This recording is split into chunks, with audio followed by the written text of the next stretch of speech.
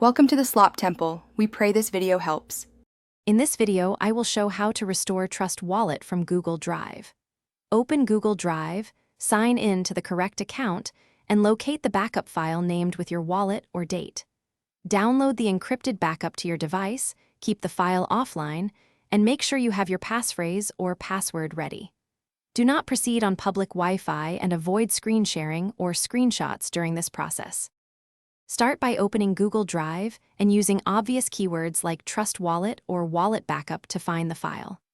Tap the file to check its details, confirm the date and size match your expected backup, then download it to your device storage.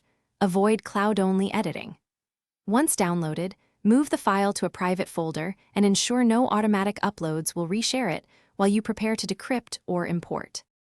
With the backup file ready, open Trust Wallet and select Restore Wallet or Import from Backup, depending on your app version.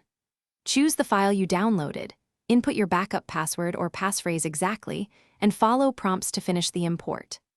After the wallet restores, review your balances, reconnect any custom networks or tokens, and enable security features like biometrics and a strong PIN to protect access.